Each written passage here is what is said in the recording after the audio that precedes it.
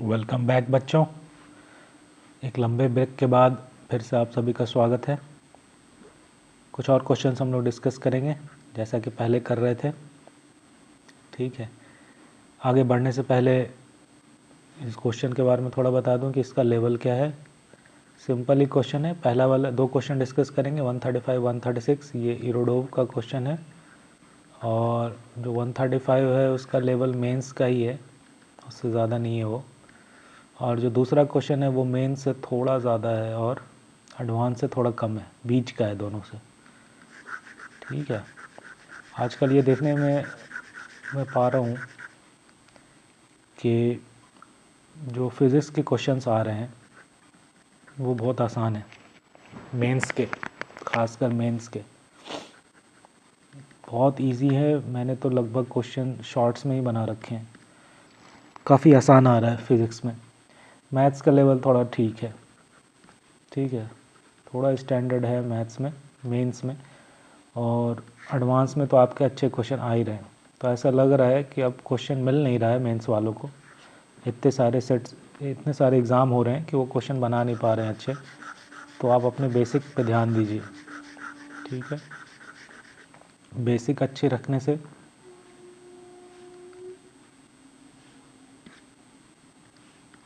अगर आपका basic strong रहेगा तो क्वेश्चन आसानी से सॉल्व होगा। चलिए डिस्कस करते हैं ये दो क्वेश्चन। पहला 135 पढ़ते हैं जो आसान है, मेंस लेवल का ही क्वेश्चन है। इसका फिगर ये वाला है। A small disk A slides down with initial velocity equal to 0 from top of the smooth hill of height h। ठीक है, यानी कोई एक स्मॉल डिस्क है A जो यहाँ से स्लाइड कर रहा है और ये हिल है, स्मूथ हिल है यानी कोई फ्रिक्शन नहीं है, ये यहाँ से इस पे स्लाइड कर रहा है। ठीक है, having a horizontal portion, horizontal portion मतलब ये जो पोर्शन है ये हॉरिजॉन्टल है। What must be the height of a horizontal portion h to ensure the maximum distance s। पूछ रहा है कि जो हॉरिजॉन्टल पोर्शन जिसकी ऊंचाई यहाँ पे ये स्मॉल h है, ये क्या हो कि ये डिस्टेंस जो है ये s जो है ये मैक्सिमम हो। यानी जब ये जो डिस्क है ये स्लाइड करता हुआ यहाँ आएगा, फिर यहाँ के बाद से ये प्रोजेक्टाइल मोशन करता हुआ गिरेगा और वो डिस्टेंस को s बोल रहा है, तो वो s को मैक्सिमाइज़ करना है। इसके लिए ये h क्या हो, समझ में आ रहा है? ठीक है, एच को आप जितना ऊपर रखोगे तो उतना ज़्यादा टाइम मिलेगा उसको गिरने का, है ना, उतना दूर गिर सकता है। ठीक है, लेकिन एच को ऊपर रखने से यहाँ पे जो डिस्क होगी उसकी वेलोसिटी अब कम होगी, क्योंकि यहाँ से यहीं तक आया है, तो वेलोसिटी क्या होगी, कम होगी। तो यानी ऊपर करने से टाइम ऑफ फ्लाइट तो बढ़ेगा लेकिन वेलोसिटी घटती जाएगी। ठीक है, उससे भी डिस्टेंस घटेगा। लेकिन जैसे जैसे इसको नीचे करोगे, ये एच को, यानी ये हॉरिजॉन्टल पोर्शन को आप और नीचे करोगे तो क्या होगा, स्पीड तो बढ़ेगी क्योंकि यहाँ से अब यहाँ तक आया है, तो वेलोसिटी हॉरिजॉन्टल में उसकी ऑब्वियसली ज़्यादा होगी, लेकिन अब टाइम ऑफ फ्लाइट कम हो जाएगा। तो ये बैलेंस करके आपको मैक्सिमम डिस्टेंस निकालना है। ठीक है बच्चों, सिंपल सही क्वेश्चन है। किसी भी क्वेश्चन को सॉल्व करने के मोटा मोटी 3 स्टेप होता है। पहले तो आप उसको पढ़ के समझोगे कि वो क्या कह रहा है क्वेश्चन, है ना। एक बार उसको पढ़ लिया तो उसको फिर फिज़िकली विजुअलाइज़ करना है, विजुअलाइज़ करना है। ठीक है, बेसिकली। और विजुअलाइजेशन के 2 पार्ट हैं, एक फिज़िकल कि हो क्या रहा होगा, जैसे इसमें है कि ये इसमें से ऐसे से स्लाइड करेगा और यहाँ जाकर प्रोजेक्टाइल मोशन होकर गिर जाएगा। ठीक है, तो यहाँ तक ये हिल पे ही मूव कर रहा है और यहाँ पे प्रोजेक्टाइल मोशन, ये इसका फिज़िकल विजुअलाइजेशन हुआ। उसके बाद दूसरा होता है फिज़िक्स का विजुअलाइजेशन कि कहाँ पे क्या लग रहा होगा। यहाँ से यहाँ के मोशन में ये क्या है, हिल पे स्मूथली मूव कर रहा है, यानी कोई एनर्जी लॉस नहीं हो रहा है। हर पॉइंट पे एक हिल एक नॉर्मल फोर्स लगा रहा है, इसका वेट लग रहा है ना, ये 2 फोर्सेस इस पे लग रहे हैं और ये मूव कर रहा है इस पर। लेकिन अपन फोर्सेस पे नहीं जाएंगे क्योंकि फ्रिक्शन नहीं है, तो अपन एनर्जी कंजर्वेशन से बना लेंगे इसको। ठीक है, यहाँ के बाद से फिर ये प्रोजेक्टाइल मोशन है, केवल इसका वेट नीचे लग रहा है, एक्सेलरेशन जी है और इसका मोशन हो रहा है, फाइनली यहाँ जाके गिर जा रहा है। ये क्या है, पूरे फिज़िक्स का विजुअलाइजेशन हो गया कि फ़िज़िक्स कैसे काम कर रही है इस क्वेश्चन में। उसके बाद जो थर्ड स्टेप होगा, पढ़ना, विजुअलाइजेशन, और थर्ड स्टेप आपका होता है स्ट्रेटजी। फाइनली आप क्या इक्वेशंस लिखोगे कि ये क्वेश्चन आपका सॉल्व हो जाए। ठीक है, तो अपन ने पढ़ लिया क्वेश्चन, विजुलाइज भी कर लिया दोनों तरह से, और अब थर्ड पोर्शन पे आ गया स्ट्रेटजी पे। ठीक है, तो अपन बेसिकली चाहेंगे S as a function of small height H निकालें और इसको डिफ्रेंशिएट कर दें विथ रिस्पेक्ट टू एच। ठीक है, तो इसकी मैक्सिमा निकाल लेंगे अपन, किस एच पे होगा और क्या होगा दोनों। तो अपनी स्ट्रेटजी यही है कि S as a function of H निकालें। तो एस निकालने के लिए अपने को चाहिए होगा टाइम ऑफ लाइट, है ना, इस प्रोजेक्टाइल मोशन का, वो सिंपल है। ठीक है, एच हाइट गिर रहा है, तो एच हाइट गिरने में वर्टिकल वेलोसिटी तो इस पॉइंट पे होगी नहीं क्योंकि ये हॉरिजॉन्टल है, तो एच हाइट गिरने में उसको क्या टाइम लगेगा ये आप आसानी से निकाल सकते हो। देखो आप फॉर्मूला लगाओगे एच बराबर U T plus half G T square. ठीक है, वर्टिकल वेलोसिटी 0 थी तो ये हट गया, टी यहाँ से आ जाएगा अंडर रूट 2h/g, है ना। सिंपल, ये आपको याद भी होना चाहिए कि किसी भी प्रोजेक्टाइल मोशन में या कोई भी एक्सीलरेशन ड्यू टू ग्रेविटी के मोशन में अगर एच हाइट गिरना है तो उसको टाइम लगेगा 2h/g अगर इनिशियल वेलोसिटी 0 हो तो। ठीक है, अब यहाँ पे अपने को वेलोसिटी निकालना होगा। ठीक है, नेक्स्ट काम है अपना यहाँ पे वेलोसिटी क्या है वो निकालेंगे। वेलोसिटी निकाल देंगे तो वेलोसिटी इनटू टाइम करेंगे तो एस निकल जाएगा, है ना, एस होगा वी टी, और वी निकालना आसान है। इतना काइनेटिक एनर्जी जो है, ये जो हाइट है capital H minus small H, इतना हाइट वो गिर रहा है और वही उसका काइनेटिक एनर्जी में कन्वर्ट हो गया है। क्योंकि सरफेस स्मूथ है तो कोई एनर्जी लॉस नहीं है, तो अपन आसानी से निकाल लेंगे क्या चीज़, v। वो मैं यहाँ पे निकाल देता हूँ, M G capital H minus H equals to half M V square. यहाँ से आप v निकाल लीजिए, v हो जाएगा under root 2g h minus H. तो आपका s निकल के आ गया, क्या आ गया, ये वेलोसिटी आ गई under root 2g capital h minus small h into time हो गया 2h/g, है ना। इसको आप सिंप्लीफाई कर लीजिए तो s as a function of small h आ रहा है। देखिए ये g कट जा रहा है, ये 2 बाहर आ जाएगा, है ना, दोनों √2 इंटू √2 है, तो क्या हो रहा है, तो यहाँ पे लिख देता हूँ मैं। अब फिज़िक्स का काम अब ख़त्म हो गया है, अब सिर्फ मैथ है। टाइम ऑफ लाइट आया था 2h/g इंटू वेलोसिटी आया था 2g h माइनस एच। ये आप डायरेक्ट भी लिख सकते थे, इतना मैंने समझाया ताकि आप सब समझ जाओ, वरना आप डायरेक्ट एस ये लिख सकते थे जिनको दिख रहा है, और ये आ जाएगा 2h into capital H minus small h। इसी को मैक्सिमाइज़ करना है।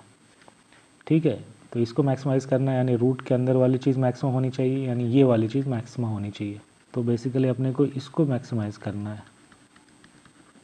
ठीक है, ये क्या है, h into H minus H square. इसको अपन इसको मैं दूसरा फंक्शन बोल देता हूँ f। ठीक है, इसको मैक्सिमाइज़ करने के लिए आप एक बार डिफ्रेंशिएट कर लीजिए, तो ये होगा h, है ना, ये डिफ्रेंशिएट होकर 1 हो गया, माइनस 2h इक्वल्स टू 0, यानी h is equals to capital h/2। ठीक है, इसका डबल डिफ्रेंशिएशन देखिए क्या आएगा, ये तो 0 हो गया, कांस्टेंट है, -2 निगेटिव है यानी ये मैक्सिमा का पॉइंट है, और s की वैल्यू क्या आ जाएगी, आप h/2 इसमें पुट कर दो, तो ये हो जाएगा h/2 into h minus h/2 यानी इंटू h/2। h/2 बाहर आ जाएगा, 2 कट जाएगा, h आएगा। तो मैक्सिमम डिस्टेंस है क्या है, वो h है, और हाइट क्या होना चाहिए, h/2। तो आपका आंसर निकल के आ गया। सिंपल सा क्वेश्चन था, समझ में आ गया ना। मैक्सिमा होगा s मैक्स होगा h, और ये हाइट होगी h/2, यानी बीचों बीच ये इससे ब्रेक ऑफ होना चाहिए।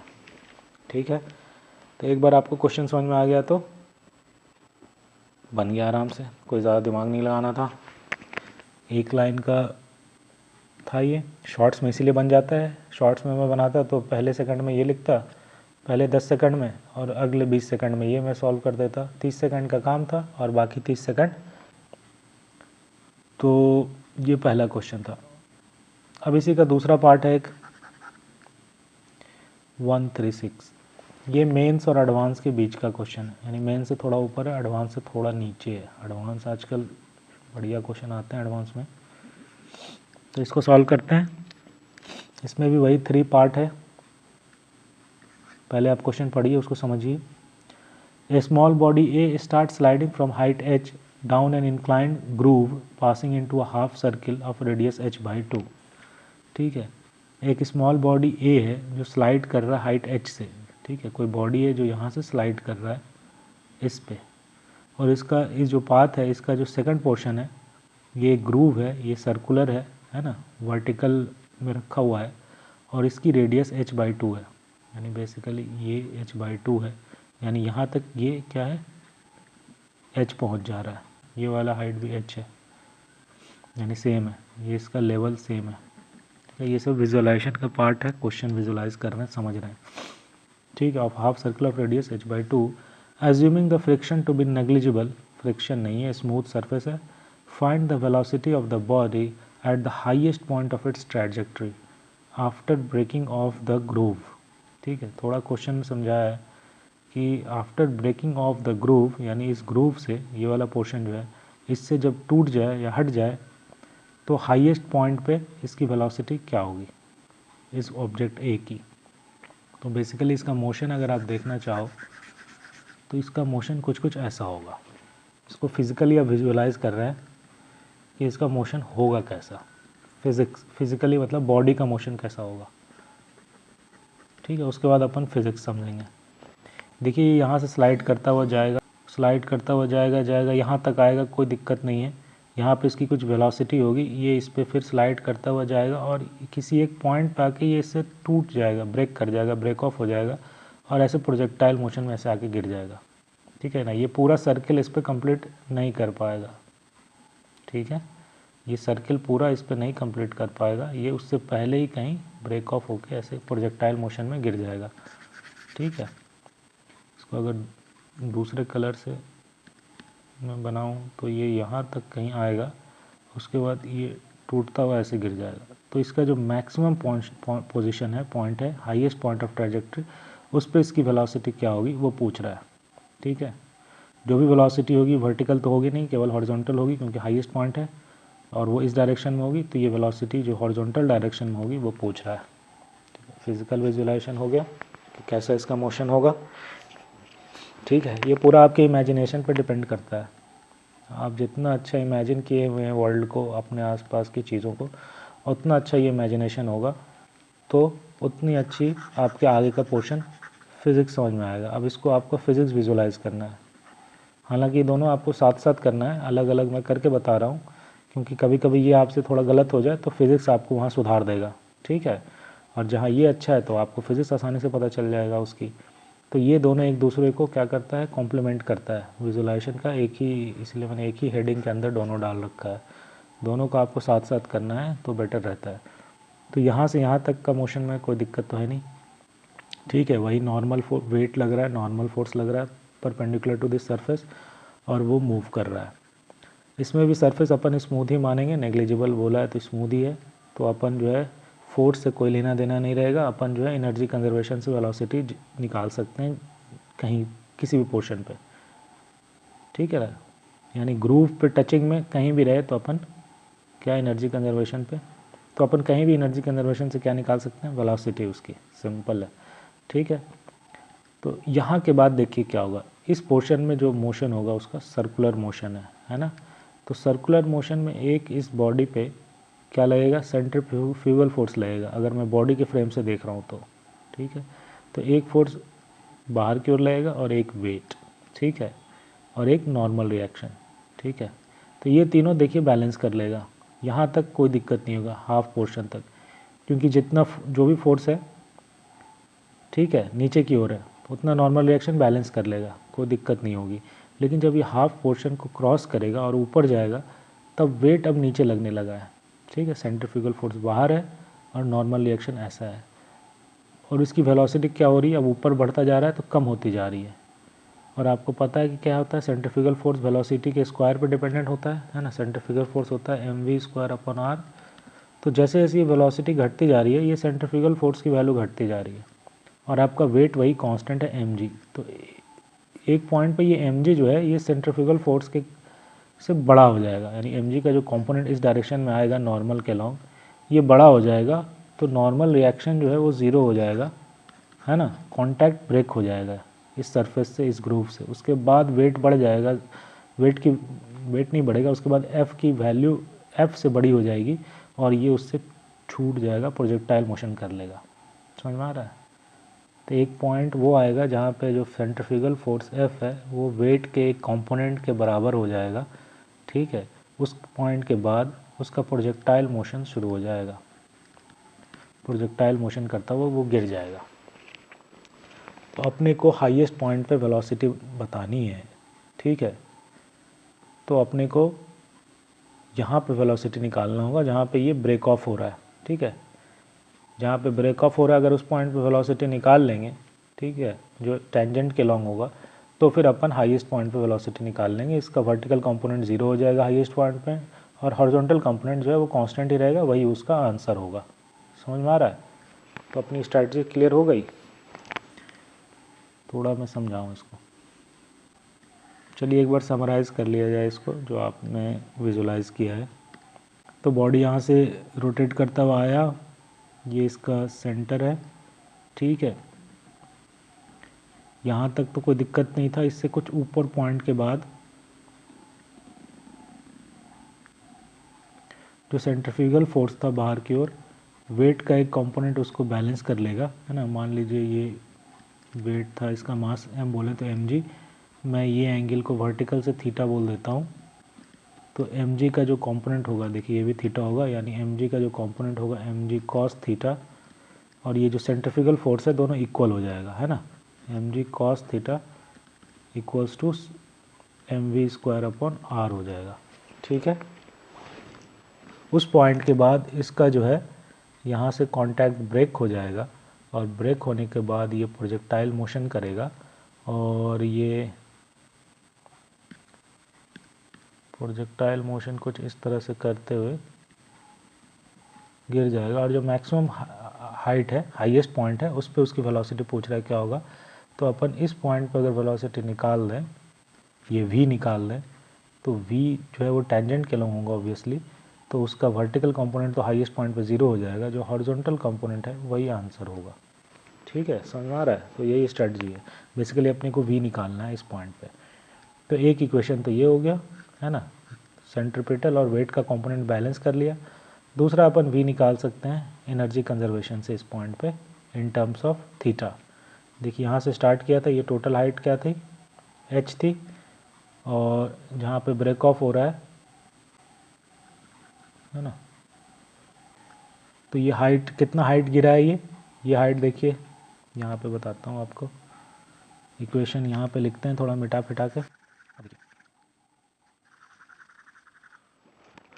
एक इक्वेशन तो आपका सिंपल हो गया, मैंने मान के चला है कि इसी पॉइंट पे, मान लीजिए ये जो बना हुआ है ना, इसी पॉइंट पे ब्रेक हो रहा है। तो ये आपका F है सेंट्रीफ्यूगल फोर्स, इसकी वैल्यू थी mv स्क्वायर अपॉन r, ये इक्वल हो गया mg cos थीटा के। mg इस पॉइंट पे नीचे लगा था, है ना, इसका कंपोनेंट एक इस डायरेक्शन में आया था, ये थीटा मैं बोल रहा था, तो mg cos थीटा, ठीक है। दूसरा इस पॉइंट पे कितना हाइट वो गिर चुका है, देखिए ये पॉइंट है और टोटल हाइट ये था, बेसिकली इतना हाइट फॉल किया है ना। ये तो अपन निकाल ही सकते हैं क्या है, ये है, ये h/2 cos थीटा है ये, और ये टोटल h/2 है। तो कितना हाइट गिरा है वो, यानी कितना पोटेंशियल एनर्जी में चेंज हुआ है, mg h/2 minus h/2 cos theta, यही काइनेटिक एनर्जी में कन्वर्ट हुआ है, यानी equals to half mv square. तो यहाँ से देखिए v स्क्वायर की वैल्यू आ रही है, v स्क्वायर की वैल्यू क्या आ रही है, 2 कट जाएगा, ये 2 पूरे से कट जाएगा, ये m भी कट जाएगा, v स्क्वायर की वैल्यू आ रही है g1 minus cos theta, h भी होगा यहाँ पे, इसको यहाँ पुट कर दीजिए इस क्वेश्चन में। तो देखिए कॉस थीटा की वैल्यू आ जाएगी, m है, v स्क्वायर आया है gh1 minus cos theta upon r है बेसिकली h/2, और यहाँ है mg cos थीटा, ठीक है। तो ये mgh और mg कट गया, हाफ यहाँ आ जाएगा, हाफ कॉस थीटा, या ऊपर कर दीजिए। तो बेसिकली आ रहा है 2 minus 2 cos theta equals to cos theta. Cos theta की वैल्यू आपकी आ गई 2/3। समझ में आ रहा है? कॉस थीटा की वैल्यू 2/3 आ गई, तो आप वेलोसिटी निकाल सकते हो। इस पॉइंट पे जो वेलोसिटी था वो क्या आ जाएगा, यहाँ पे कॉस थीटा की वैल्यू 2/3 पुट कर दीजिए, तो 1 माइनस 2/3 यानी 1/3 GH/3। तो यानी v की वैल्यू क्या आ गई, कहाँ पे लिखूँ, और ऊपर चल जाते हैं। तो यानी v की वैल्यू आपकी क्या आ गई, √GH/3। और एक बार फिर से मैं फ़ोटो बनाता हूँ इसका, ठीक है। और यहाँ पे आपका ये ब्रेक हो रहा था, यहाँ पे वेलोसिटी निकाल लिया मैं। तो जो फाइनल आंसर होगा वो क्या होगा, वो यही होगा, ये वाला जो कंपोनेंट है वही होगा velocity at the highest point. क्योंकि यहाँ से जो ब्रेक होगा, ठीक है, इस पॉइंट पे जो वेलोसिटी होगी उसका वर्टिकल कंपोनेंट 0 हो जाएगा, हॉरिजॉन्टल वाला बचेगा, है ना। तो अपने को बस ये निकालना है, ये थीटा था, तो अब बस एंगल देखना, ये 90 माइनस थीटा होगा, तो ये थीटा होगा, तो ये क्या है, वी कॉस थीटा ही है ये भी, ठीक है ना। वी कॉस थीटा होगा, ये कंपोनेंट वी निकल ही गया है, कॉस थीटा की वैल्यू अपनी आ ही गई है, क्या है वो है 2/3। तो वी कॉस थीटा जो आंसर होगा velocity at the highest point, ये होगा 2/3 √GH/3। ये होगा आपका आंसर, ठीक है। समझ में आ गया? तो सिंपल सही क्वेश्चन था। प्रोजेक्टाइल मोशन में तो अपने को कुछ करना भी नहीं पड़ा, प्रोजेक्टाइल मोशन सिंपली सॉल्व हो गया। अपने को बस इस पॉइंट की वेलोसिटी तक जाना पड़ा, उसके बाद अपने आप इसका हॉरिजॉन्टल कंपोनेंट ही आंसर हो गया। प्रोजेक्टाइल मोशन में वर्टिकल 0 हो जाएगा, ठीक है। समझ में आ गया? तो ये कहीं हॉरिजॉन्टल वर्टिकल हाईएस्ट पॉइंट पे इसका वेलोसिटी निकल के आ गया। सिंपल सा क्वेश्चन था। एक बार आपने फिजिक्स समझा, सबसे पहले 3 स्टेप क्या था ये हमेशा ध्यान रखिए। किसी भी क्वेश्चन में यही करना है आपको, चाहे जैसा भी क्वेश्चन हो। क्वेश्चन पढ़िए, फिर उसको विजुलाइज कीजिए, बोथ फिज़िक्स और प्लस उसका मोशन, ठीक है। चाहे वो इलेक्ट्रॉन हो अगले साल में, प्रोटॉन हो, न्यूट्रॉन हो, चाहे मैग्नेटिक फील्ड हो, या फिर कोई बॉडी हो, रिजिड बॉडी हो, डायनामिक्स हो, वेव्स हो, कुछ भी हो, आपको यही काम करना है, फिज़िक्स प्लस मोशन क्या हो रहा है, ठीक है। ये आपका समझ में आ गया। तो फिर अगली पार्ट होगी स्ट्रैटेजी बनाना, कि आप इक्वेशन क्या क्या लिखोगे, कहाँ पे क्या लिखोगे, क्या करोगे ताकि आंसर आ जाए। उसके बाद जब ये चीज़ क्लियर हो जाए तब आप पेन उठाइए ढंग से और सॉल्व कीजिए। ये फिज़िक्स की तरीका है, मैथ्स में ये नहीं चलेगा। मैथ्स में कभी कभी आपको जो है करना पड़ता है, इधर थोड़ा आगे जाके देखे होता है क्या, कुछ सॉल्व हो रहा है, नहीं तो फिर दूसरा ट्राई किए, फिर तीसरा ट्राई किए, चौथा ट्राई किए। आदमी जो है आगे बढ़ता है वापस आता है, आगे बढ़ता है वापस आता है मैथ्स में, ठीक है ना। ज़रूरी नहीं है कि हमेशा दिखी जाए चीज़ें, खासकर जैसे ट्रिग्नोमेट्री में आपको कुछ प्रूफ करना हो, कुछ सॉल्व करना हो, तो आपको दिखेगा नहीं, तो वहाँ पे आपको थोड़ा सा कलम चलाना पड़ता है। फिज़िक्स में ऐसा नहीं है, फिज़िक्स में आप पूरा बना के स्ट्रेटजी तक जाके उसके बाद आप सॉल्व कर सकते हो 95% केसेस में। कुछ केस ऐसा होता है जहाँ पे आपको हो सकता है पहले कुछ सॉल्व फिर आगे बढ़ना पड़े। ठीक है बच्चों, आज के लिए इतना ही। Thank you.